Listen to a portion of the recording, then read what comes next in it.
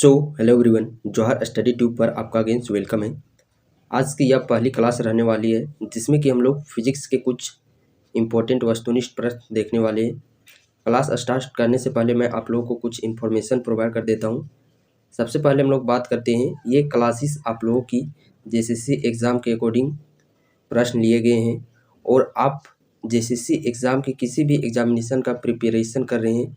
जैसा कि यदि हम लोग बात करते हैं, जेसीसी क्लर्क हो गया, झारखंड दरोगा हो गया, सीजीएल हो गया, आईआरबी हो गया, जेप हो गया या उत्पाद सिपाही, झारखंड पुलिस, कक्षपाल और यहाँ तक कि वनरक्षी, इस प्रकार के जो जेसीसी के द्वारा एग्जामिनेशन कंडक्ट करवाए जाते हैं, तो आप इन किसी भी एग्जामिनेशन की प्रिपेयर कर रहे हैं तो आपके लिए यह क्लास बेहद ही उपयोगी साबित होने वाली है। सो इसके तहत आप लोगों को पार्ट बाय पार्ट आप लोगों को लगातार आप लोग को पीडीएफ प्रोवाइड किए जाएंगे। साइंस का बात करते हैं हम लोग, तो इसमें 3 टॉपिक्स हम लोग को पढ़ने होते हैं। एक है हम लोग का फिजिक्स, देन केमिस्ट्री और बायोलॉजी। तो इन तीनों सेक्शन का आप लोग को back to back video provide किया जाएगा, जिसमें कि हम लोग फिजिक्स के 150 प्लस प्रश्न वस्तुनिष्ठ देखेंगे। देन आफ्टर केमिस्ट्री के देन आफ्टर हम लोग को एट लास्ट में बायोलॉजी के 150 प्लस वस्तुनिष्ठ प्रश्न देखेंगे। और ये है जो कि आप लोगों का जेसीसी एग्ज़ाम के रिलेवेंट जो प्रश्न यहाँ पे करवाए जाएंगे। और हाँ, साथ ही मैं आप लोग की कुछ इन्फॉर्मेशन के लिए बता देना चाहता हूँ कि जेसीसी एग्ज़ाम को देखते हुए आप लोग का जो साइंस है, कंप्लीट साइंस, जिसमें कि फिजिक्स हो गया, केमिस्ट्री हो गया और बायोलॉजी हो गया, इन तीनों के आप लोगों के लिए हैंड रिटेन नोट्स तैयार किए गए हैं। तो यदि आप लोग इस हैंड रिटेन नोट्स को परचेज करना चाहते हैं तो ओनली सिर्फ आप लोग को 99 कितना 99 रुपया में आप लोगों को ये नोट्स है जो कि वह परचेज करने होंगे, जिसमें कि आप लोगों को कंप्लीट साइंस, फिजिक्स, केमिस्ट्री और बायोलॉजी, ये तीनों के आप लोगों को हैंड रिटेन नोट्स दिए जाएंगे। और साथ ही ये जो रेगुलर बेस पे आप लोगों को वीडियो प्रोवाइड किए जाएंगे वस्तुनिष्ठ प्रश्न के, जो अभी क्लास में आप लोगों को करवाए जाएंगे, इसका भी पीडीएफ आप लोगों को उसी बैच में मिलेगा। तो फी कितना है? ओनली सिर्फ 99 में आप complete science PDF notes purchase कर सकते हैं। और साइंस का वेटेज बात करें जेसीसी एग्ज़ाम में, तो एक अहम भूमिका निभाती है साइंस का नंबर। आप देख सकते हैं इसमें 20 प्रश्न पूछे जाएंगे उत्पाद सिपाही में, ठीक उसी प्रकार सीजीएल में भी 20 प्रश्न रहेंगे। और अपकमिंग जो भी जेसीसी की वैकेंसियाँ हैं, झारखंड पुलिस हो गया, दरोगा हो गया, जेसीसी क्लर्क हो गया, इसमें आप लोगों को साइंस का अहम वेटेज रहता है। सो आप अपने अकॉर्डिंग देख लीजिए। यदि आप लोगों को लगता है कि मुझे परचेज करना है तो आप दिए गए नंबर पे कांटेक्ट कर सकते हैं, जो कि टाइटल डिस्क्रिप्शन बॉक्स पे नंबर देख पा रहे होंगे। ये ऑफिशियली नंबर है, आप वहां से कांटेक्ट कर सकते हैं इस नोट्स के रिगार्डिंग। तो चलिए आज के इस क्लास को हम लोग स्टार्ट करते हैं। सबसे पहले हम लोग बात करते हैं पहला प्रश्न की, और इसी के जैसा आप लोग को एग्ज़ाम में भी देखने को मिलेगा। और इसके बैक टू बैक जो भी वीडियो प्रोवाइड किए जाएंगे, आप सभी वीडियो लेक्चर को अटेंड कीजिएगा। डेफिनेटली आपका जो साइंस के जो डर है कि किस प्रकार बहुत सारे कैंडिडेट में आप भी ये फैला हुआ है कि साइंस का प्रश्न जो पूछा जाता है जेसीसी एग्ज़ाम में, वो जहाँ तहाँ से उठा लिया जाता है। तो वैसा नहीं है, ये सिर्फ हवा बना हुआ है। तो यदि आप back to back video provide किए जाएंगे, इन लेक्चर को कवर अप करते हैं, समझिए कि आपका इसके प्रति एक पॉजिटिव थॉट आ जाएगा और आप लोग को साइंस के प्रश्नों से जो डर लगता है वो डर हट जाएगी। और इसके बावजूद भी यदि आप लोग को कुछ चाहिए तो आप नोट्स प्रोवाइड कर लीजिए, वहाँ से परचेज कर लीजिए। वहाँ पे आप लोग को complete theory base according JCC exam के रिलेवेंट तैयार किया गया है। तो चलिए, ये पहली क्लास है जिसमें ज़्यादा डिस्कशन हो गया है, बट नेक्स्ट सेशन से आप लोग को डायरेक्ट क्वेश्चन में ही हम लोग हिट करेंगे। पहला प्रश्न है, घरों में कितने वोल्ट की विद्युत आपूर्ति डी जाती है? 440 वोल्ट, 200 वोल्ट, 180 वोल्ट या फिर 220 वोल्ट? तो इस प्रश्न का सही आंसर हो जाता है option number D, 220 volt. Next प्रश्न है, शक्ति का मात्रक है, शक्ति का एसआई मात्रक क्या होता है? तो एसआई मात्रक से आप लोग को एक ना एक प्रश्न देखने को मिलेंगे। यही शक्ति यानी कि जिसे हम लोग पावर कहते हैं। ऑप्शन है हर्ट्ज, वाट, वोल्ट, न्यूट्रॉन। तो शक्ति पावर का एसआई मात्रक होता है वाट। क्या जी? वाट। और इसका यदि हम लोग बात करते हैं तो फॉर्मूला बेस भी आप लोग को डायरेक्टली प्रश्न पूछ लिए जाएंगे। तो शक्ति का बात करते हैं हम लोग फॉर्मूला पावर का फॉर्मूला हो जाता है work by time. Power is equal to work by हो जाता है टाइम। तो यहाँ पे आप लोग को डायरेक्टली वर्क दिया रहेगा और टाइम प्रश्न में दे दिया रहेगा कि इतना जूल वर्क करने के लिए इतना समय लगता है, तो शक्ति का मान बताए। तो आप लोग को इसी फॉर्मूला में बैठा देना है, पुटअप जो भी डिजिट दिए रहेंगे और यहाँ से आप लोग का शक्ति का मान निकल के आ जाएगा। एक एसआई मात्रक है वाट, और यहाँ से आप लोग को दूसरा एसआई मात्रक यहाँ से आप देख सकते हैं। वर्क का क्या चीज़ हो जाता है, कार्य का जूल, और टाइम का सेकेंड, यानी कि जूल पर सेकेंड। शक्ति का दूसरा एसआई मात्रक हो जाएगा जूल पर सेकेंड। अदर ऑप्शन की यदि हम लोग बात करते हैं तो अदर ऑप्शन हर्ट्ज किसका एसआई मात्रक है, आवृत्ति का, फ्रीक्वेंसी आवृत्ति का एसआई मात्रक हर्ट्ज होता है। और वोल्ट किसका एसआई मात्रक है, तो वोल्ट हम लोग बात करते हैं, ये वोल्ट किसका एसआई मात्रक होता है, विभव विभवांतर, जो हम लोग विद्युत धारा चैप्टर में पढ़ते हैं, विभव और विभवांतर, उसका एसआई मात्रक होता है वोल्ट। और न्यूट्रॉन तो ये जो 3 मौलिक कण थे हम लोग को जैसे जानते हैं, इलेक्ट्रॉन, प्रोटॉन, न्यूट्रॉन यानी कि जिसमें कि कोई भी चार्ज नहीं होता है, ये न्यूट्रल होता है। और इलेक्ट्रॉन में माइनस चार्ज होता है, प्रोटॉन में प्लस चार्ज होता है। नेक्स्ट प्रश्न है, विद्युत शक्ति की इकाई है। यहाँ पे भी देख लीजिए, विद्युत शक्ति का भी इकाई वही हो जाता है, क्या चीज हो जाता है, वाट। एम्पियर विद्युत धारा, इलेक्ट्रिक करंट का एसआई मात्रक हो जाता है एम्पियर। और इलेक्ट्रिक चार्ज का हो जाता है कूलोम। और वोल्ट विभव विभवांतर का वोल्ट। शक्ति का क्या चीज हो जाता है, formula P = work by time. वहीं से आप लोगों को ये कूलोम का भी देखने को यहाँ से इलेक्ट्रिक करंट है, उसका भी यहाँ पे आप लोगों को इसी प्रकार फॉर्मूला बेस्ड प्रश्न पूछ लिया जाता है। तो इसमें यदि हम लोग बात करते हैं फॉर्मूला की, तो इसका क्या चीज हो जाएगा, Q बराबर होता है IT। Q यहाँ पे आप लोगों का चार्ज है, इलेक्ट्रिक चार्ज, I यहाँ पे इलेक्ट्रिक करंट, और T समय। यहाँ से हम लोग यदि I निकाले तो I बराबर क्या चीज हो जाएगा, Q बट्टा में T। तो ये समझिए, ये इलेक्ट्रिक करंट का फॉर्मूला ये है, और ये पावर का फॉर्मूला बेस भी मैं आप लोग को सेपरेट वीडियो प्रोवाइड करूँगा कि फिजिक्स के ये फॉर्मूला बेस पूछे जाएंगे, जैसे कि काइनेटिक एनर्जी हो गया, मोमेंटम हो गया। तो इस प्रकार से बहुत सारे, जैसे कि प्रतिरोध हो गया, बल हो गया, तो इससे जुड़ी हुई जो इस प्रकार के फॉर्मूला बेस भी आप लोगों के एग्जाम में पूछे जाते हैं। नेक्स्ट प्रश्न है, बल का एसआई मात्रक क्या होता है। तो बल का मात्रक क्या चीज होता है जी, तो बल का एसआई मात्रक हो जाता है न्यूटन, क्या चीज, न्यूटन। और बल का यदि हम लोग फोर्स का फॉर्मूला बात करें तो F बराबर हो जाता है ma। m यहाँ पे आप लोग का मास है, और a आप लोग का त्वरण यानी कि एक्सेलरेशन है। तो इसका भी हम लोग दूसरा यहाँ से, एक तो आप लोग का न्यूटन डायरेक्ट दिया रहेगा, और एक ऑप्शन में आप लोग का केजी, जो मास है, मास का क्या चीज हो जाता है, द्रव्यमान का केजी, और एक्सेलरेशन त्वरण का हो जाता है मीटर पर सेकेंड स्क्वायर। तो एक ऑप्शन में आप लोग को ये भी देखने को मिलेगा, और तीसरा ऑप्शन में बोथ दिया हुआ रहेगा। तो आप लोग को कौन सा ऑप्शन चूज करना है, बोथ।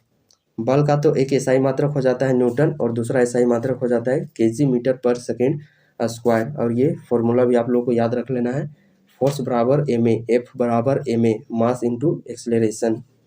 नेक्स्ट प्रश्न है, कार्य का मात्रक है, कार्य यानी कि वर्क, कार्य हो गया, और जो ऊर्जा हो गया, वर्क और एनर्जी, ये दोनों का एसआई मात्रक एक ही होता है, क्या चीज होता है, जूल होता है। और इसका यदि हम लोग फॉर्मूला बात करते हैं, तो कार्य यानी कि वर्क बराबर फोर्स इंटू डिस्प्लेसमेंट यानी कि विस्थापन। तो इस प्रकार आप लोग को हिंदी इंग्लिश दोनों याद करने हैं, ताकि आप लोगों को वहाँ पे दिक्कत ना हो। यदि आप लोग एक ही चीज़ याद कीजिएगा, विस्थापन, यदि वहाँ पे डिस्प्लेसमेंट हिंदी से ही इस प्रकार डिस्प्लेसमेंट लिख दिया, तो आप जानते हुए प्रश्न को छूट जाएगा। इसीलिए आप लोग को ये देखना है कि बहुत सबका नहीं, बट कुछ का आप लोग को हिंदी और इंग्लिश दोनों याद कर लेना है। तो इसमें फॉर्मूला की हम लोग बात करते हैं, कार्य का, वर्क का तो ऐसे ही हो जाता है एसआई मात्रक जूल, और इसका जो फॉर्मूला होता है, तो ये कुछ छोटे छोटे फॉर्मूले हैं, इन फॉर्मूलों को भी याद रखना है।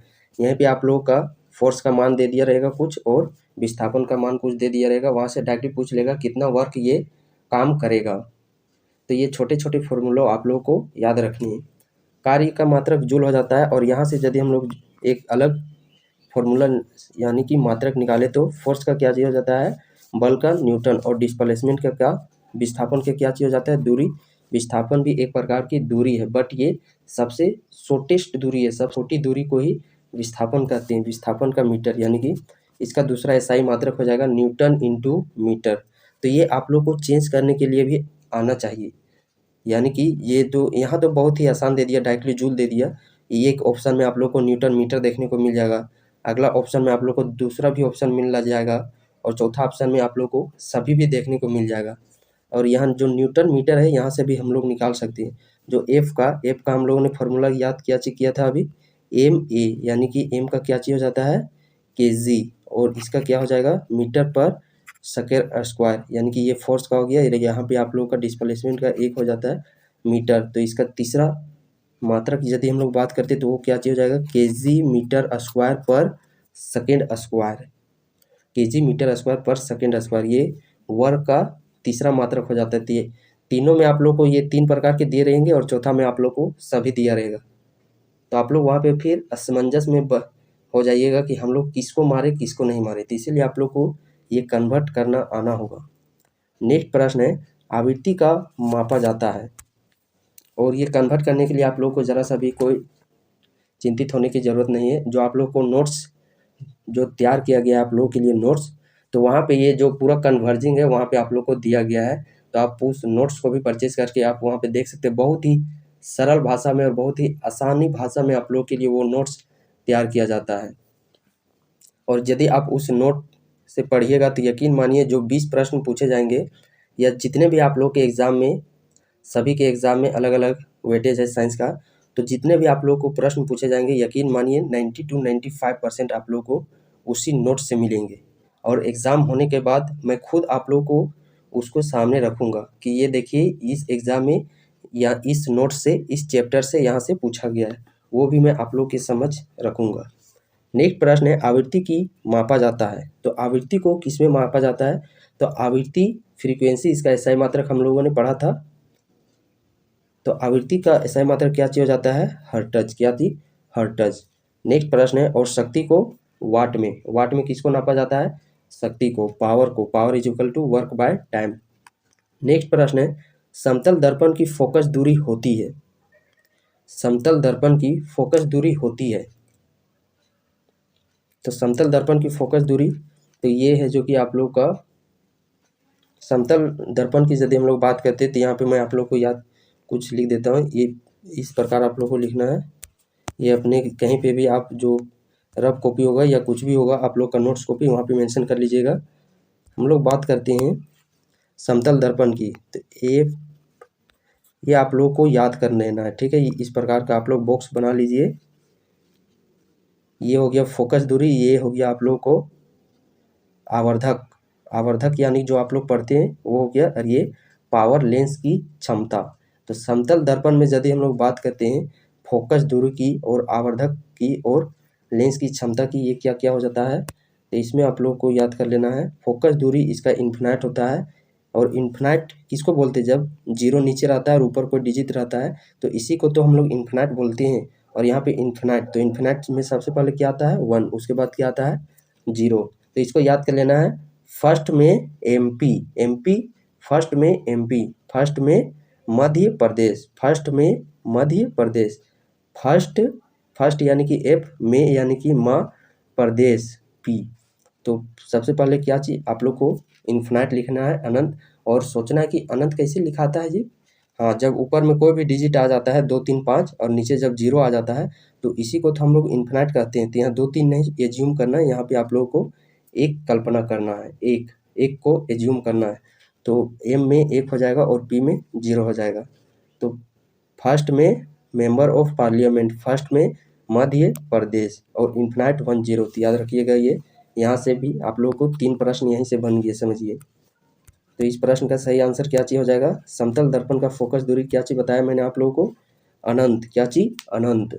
नेक्स्ट प्रश्न है, चालक की विद्युत प्रतिरोधकता की इकाई है। चालक की विद्युत प्रतिरोधकता यानी कि रेसिस्टिविटी। प्रतिरोध और प्रतिरोधकता में डिफरेंस है। प्रतिरोधकता का बात करते हैं तो इसका एसआई मात्रक हो जाता है ओम मीटर, और प्रतिरोध का बात करते हैं प्रतिरोध का सिर्फ आप लोगों को ये ओम हो जाता है उसका एसआई मात्रक। प्रतिरोध यहाँ से ही सिर्फ आप लोगों को पूछेगा, प्रतिरोध का हो जाता है ओम, और प्रतिरोधकता का क्या चीज हो जाता है ओम मीटर। और यहाँ से भी एक आप लोगों को V is equal to I R. इससे भी बहुत सारे प्रश्न पूछे जाते हैं जैसे एसएससी के एग्जाम में। V is equal to I R. आर आप लोगों का यहाँ पे रेसिस्टेंस हो गया, प्रतिरोध, आई हो गया आप लोग का विद्युत धारा और V हो गया आप लोग का वोल्टेज। प्रतिरोध का कुछ मान दे दिया जाता है और विद्युत धारा का कुछ मान दे दिया जाता है और वहाँ से वोल्टेज का मान पूछा जाता है। तो यहाँ से भी आप लोग को याद रखना है। यहीं पे आप लोगों को इस प्रकार भी पूछा जाता है कि प्रतिरोध का मान हम लोग बढ़ाएंगे तो वोल्टेज पर क्या प्रभाव होगा। तो प्रतिरोध इसका डायरेक्टली प्रोपोर्शनल है, समानुपाती है, तो इस वजह से प्रतिरोध बढ़ेगा तो वोल्टेज भी बढ़ेगा, प्रतिरोध घटेगा तो वोल्टेज भी घटेगी। नेक्स्ट प्रश्न है क्यूसेक में क्या मापा जाता है। तो क्यूसेक में क्या चीज मापा जाता है, क्यूसेक में जल की बहाव को मापा जाता है। तो इस प्रकार कुछ आप लोग को भी देखने को मिलेंगे। नेक्स्ट प्रश्न है निम्नलिखित में से कौन एक वायुमंडल के ओजोन परत की मोटाई नापने वाली इकाई है। ओजोन परत की जो मोटाई है उससे किससे नापा जाता है, तो उसको डोप्सन एक इकाई होती है जिससे कि वायुमंडल में ओजोन की परत मापी जाती है।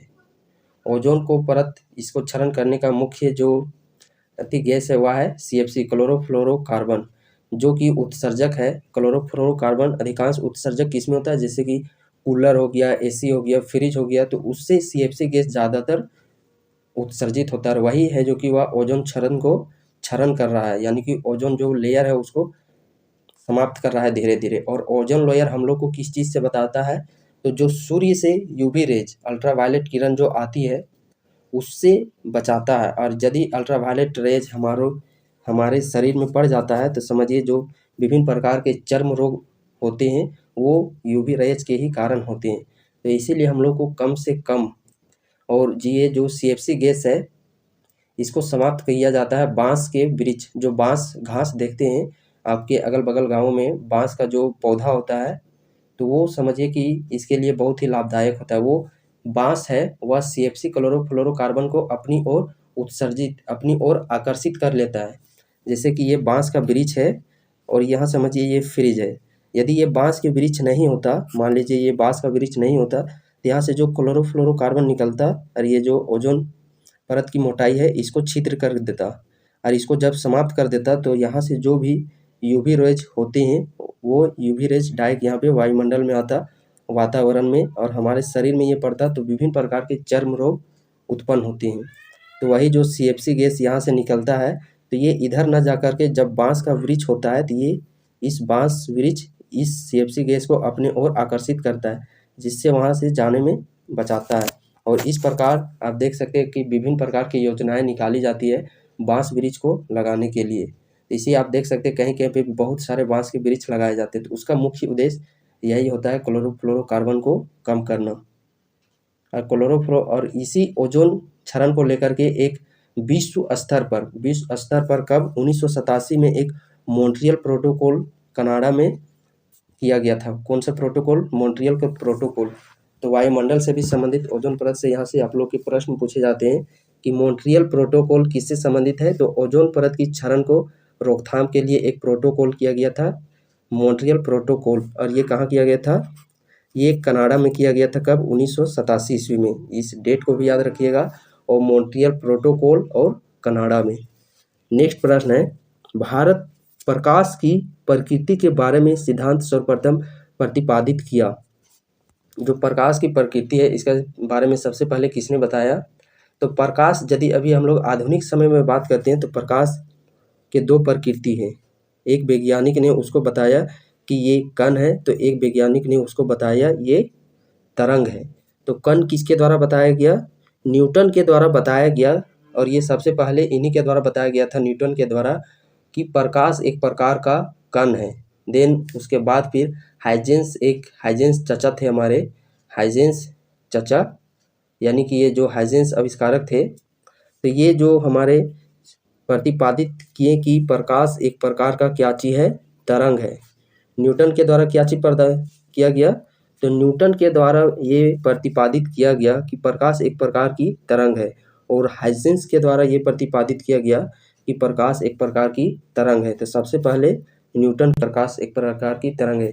यहीं से आप लोग के 4 प्रश्न बन जाते हैं। और प्रश्न किस प्रकार पूछे जाएंगे कि सबसे पहले ये तो प्रश्न पूछा ही गया, सबसे पहले किसके द्वारा प्रकृति का ये प्रतिपादित किया गया प्रकाश की? तो न्यूटन के द्वारा। और यहीं पे दूसरा प्रश्न पूछेगा, न्यूटन के द्वारा प्रकाश को कौन सा कण बताया गया है? तो उसके द्वारा कण की प्रकृति बताई गई है। और हाइजेंस के द्वारा प्रकाश की तरंग की प्रकृति बताई गई है। नेक्स्ट प्रश्न है, गैलीलियो के गिरते वस्तु के नियम को और किस नाम से जाना जाता है? तो गैलीलियो का नियम हो गया, जड़त्व का नियम हो गया, ये किस नियम को जाना जाता है? न्यूटन का पहला नियम। और न्यूटन का पहला नियम, इसके एग्जाम्पल से बहुत सारे प्रश्न पूछे जाएंगे कि जैसे कि कोई गाड़ी अचानक चलती है, अचानक रुकती है, तो हम लोग आगे की ओर धक्का खाते हैं, तो वो किस गति के न्यूटन के कारण? तो न्यूटन के पहली गति के कारण। अचानक जब कोई चलती है तो हम लोग पीछे की ओर झुकते हैं, यह भी न्यूटन का पहला नियम। और आप लोग देखे होंगे, इस चीज़ को आप लोग प्रैक्टिकल भी कर सकते हैं। इस प्रकार का गिलास है, समझिए कि, और गिलास में एक प्रकार का कोई कार्ड रखा हुआ है, कूट रखा हुआ है। जैसे कि जो कॉपी हम लोग लेते हैं तो जो उसका फ्रंट पहला कवर होता है, वो कूट समझिए यहाँ पे रखा हुआ है। कूट के ऊपर एक सिक्का रखा हुआ है।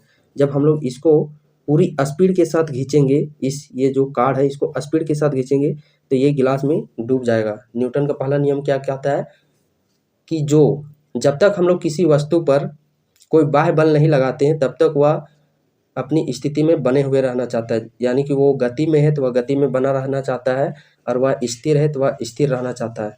तो देखिए, जैसे हम लोग इसको गति में लाते हैं, तो हम लोग इस कार्ड को गति में ला रहे हैं, ना कि इस सिक्के को। लेकिन सिक्के स्थिर है तो ये सिक्का स्थिर रहना चाहता है, और यह सीधा यहाँ पे गिर जाता है। नेक्स्ट प्रश्न है, दूध को मथने से क्रीम के अलग हो जाने का कारण क्या है? तो इसी प्रकार एग्जाम्पल से ही रिलेटेड आप लोग के प्रश्न पूछे जाते हैं, और जो नोट्स तैयार किया गया है उसमें भर भर के एग्जाम्पल दिए गए हैं, जो कि आपके एग्ज़ाम के रिलेवेंट हैं। आप लोग एक बार उस नोट्स को देखिए। उसका जो कुछ पीडीएफ है आप लोग को टेलीग्राम ग्रुप में प्रोवाइड किया जाता है, वहाँ पे आप उस नोट्स को पहले देख लीजिए कि किस प्रकार का नोट्स है, देन ही आप लोग उस नोट्स को परचेज कीजिए। रिव्यू के लिए आप लोग को कुछ पीडीएफ के नोट्स प्रोवाइड किए गए हैं, कुछ डेमो के तौर पर, तो आप उस पीडीएफ को देखिए पहले, उसके बाद ही आप लोग परचेज कीजिएगा। तो दूध को मथने से क्रीम अलग हो जाने का कारण क्या चीज़? ये अपकेंद्रीय बल का एग्जाम्पल है। और जो वॉशिंग मशीन देखे होंगे, कपड़ा धोने वाला मशीन, ये भी अपकेंद्रीय के सिद्धांत पर ही काम करता है। नेक्स्ट प्रश्न है, ध्वनि की तीव्रता को मापने वाला यंत्र है। तो ध्वनि की तीव्रता को मापने वाला यंत्र कौन सा है?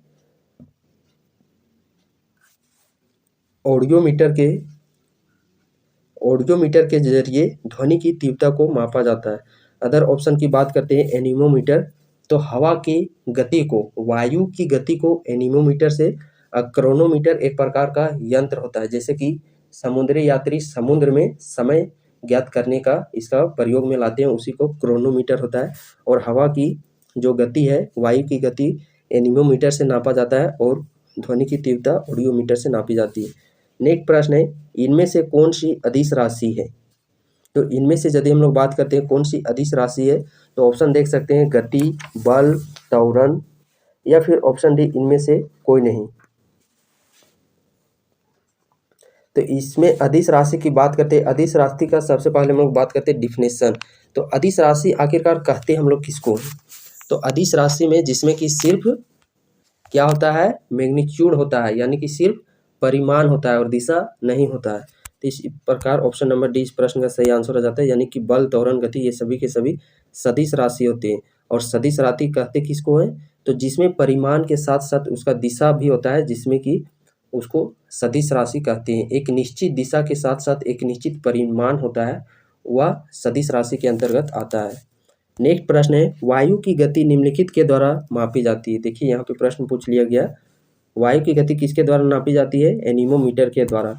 और वायुमंडलीय दाब को बैरोमीटर के द्वारा, और आपेक्षिक घनत्व को हाइड्रोमीटर के द्वारा, आपेक्षिक आर्द्रता को हाइग्रोमीटर के द्वारा, और दूध की शुद्धता लैक्टोमीटर के द्वारा। यहाँ पे एक तो प्रश्न पूछेगा दूध की शुद्धता, और दूसरा यही प्रश्न घुमा के पूछेगा कि दूध की आपेक्षिक घनत्व।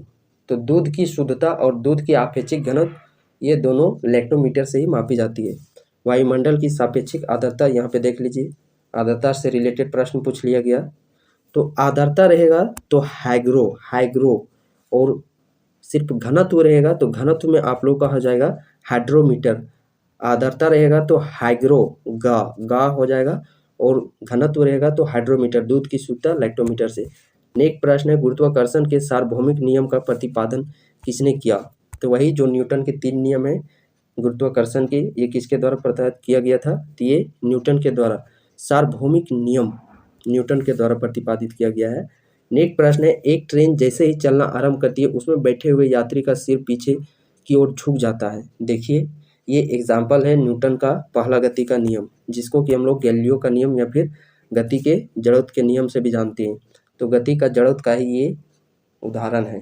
तो एग्जाम्पल बेस्ड ही आप लोगों के एनसीईआरटी बेस्ड जो प्रश्न पूछे जाएंगे, आप लोगों का एग्जामिनेशन में एनसीईआरटी बेस्ड पूछा जाएगा और एग्जाम्पल से ज़्यादा प्रश्न पूछे जाएंगे। इसी प्रकार के एग्जाम्पल देखने को मिलेंगे।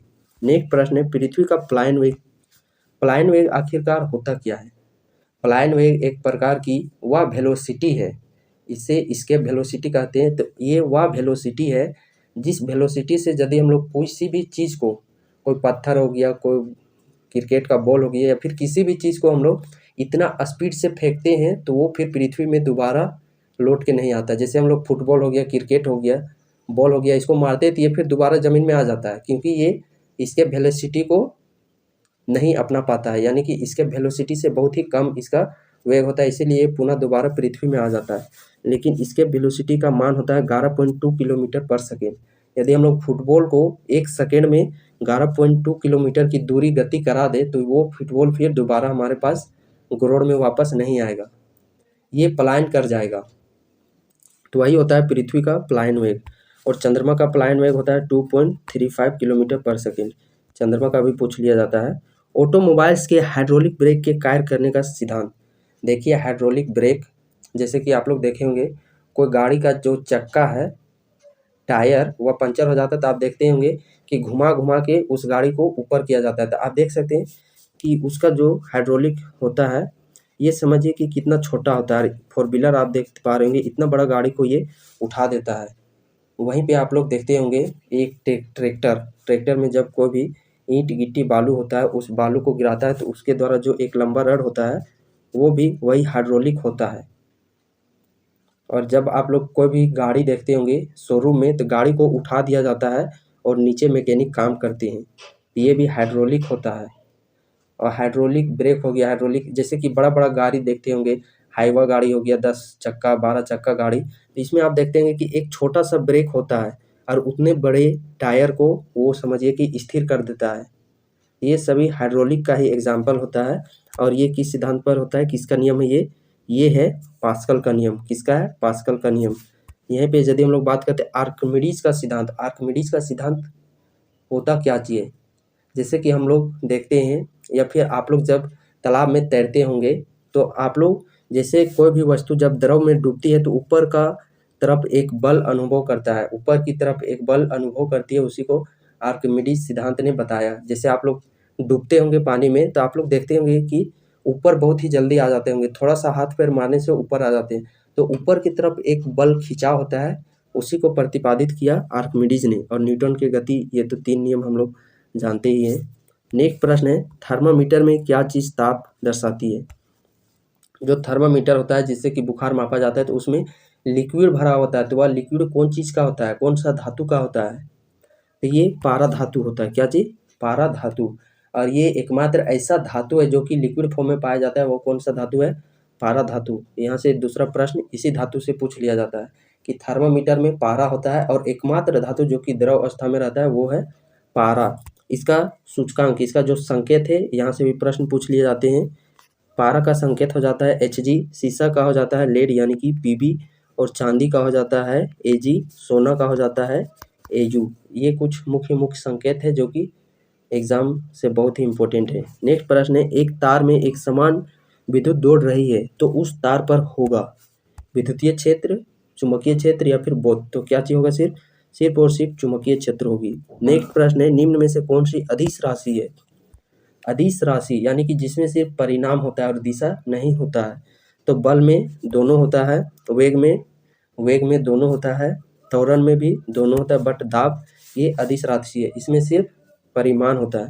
नेक्स्ट प्रश्न है, चंद्रमा पर एक व्यक्ति के भार का क्या असर होगा? तो पृथ्वी में जिस व्यक्ति का भार यहाँ पे 60 केजी है, चंद्रमा में वहाँ पे जाकर के 1/6 होता है। यानी कि यहाँ पे पृथ्वी में 60 केजी है, वही जब चंद्रमा में चल जाएगा तो उसको 10 केजी का ही भार अनुभव होगा। यानी कि वहाँ पे भार क्या चीज हो जाता है, घट जाता है। पृथ्वी के मुकाबले चंद्रमा में भार 1/6 हो जाता है। यदि यहाँ पे आपका 60 केजी है तो वहाँ आपका 10 केजी होगा। नेक्स्ट प्रश्न है, शीत ऋतु के दिनों में मौसम प्रकार का होने पर ज़्यादा ठंडा महसूस होती है। ये साफ मौसम, ऐसे ये प्रश्न इंपॉर्टेंट नहीं है। नेक्स्ट प्रश्न है, लाल रिबन हरे रिबन के ऊपर कैसी दिखाई देगी। सबसे पहले इसका जो आंसर हो जाएगा वह हो जाएगा काली। इस चीज़ को हम लोग यहाँ पे भी कर सकते हैं, देख सकते हैं क्या चीज़ बोला गया है, लाल रिबन के ऊपर।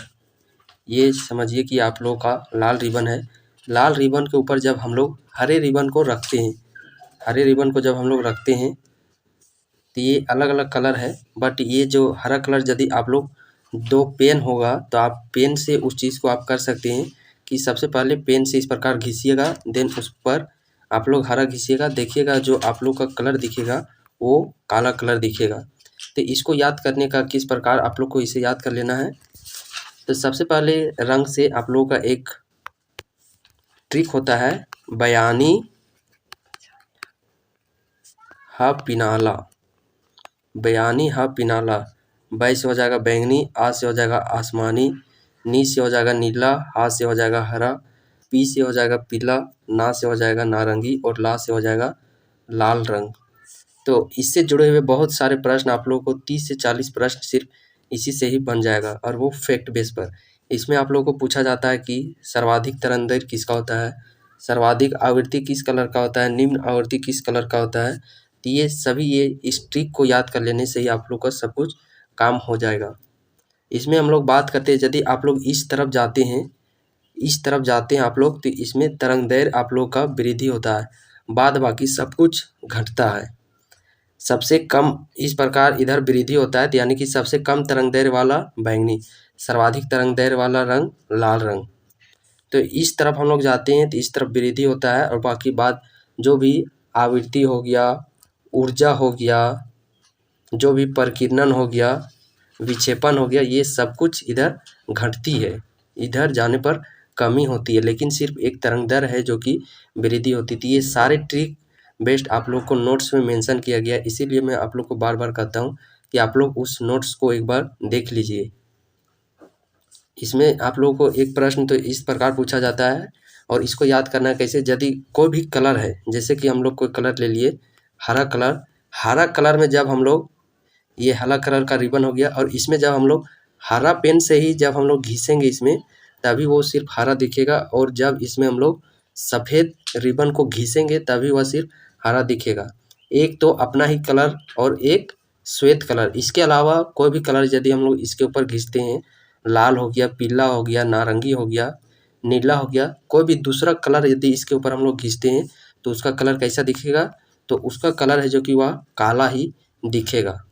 यदि हम लोग को यहाँ पे लाल कलर ले लिए, लाल कलर का रिबन, लाल कलर के रिबन के ऊपर यदि हम लोग लाल ही कलर का रिबन रखेंगे या तो फिर श्वेत कलर का रिबन रखेंगे, तभी वो सिर्फ लाल दिखेगा।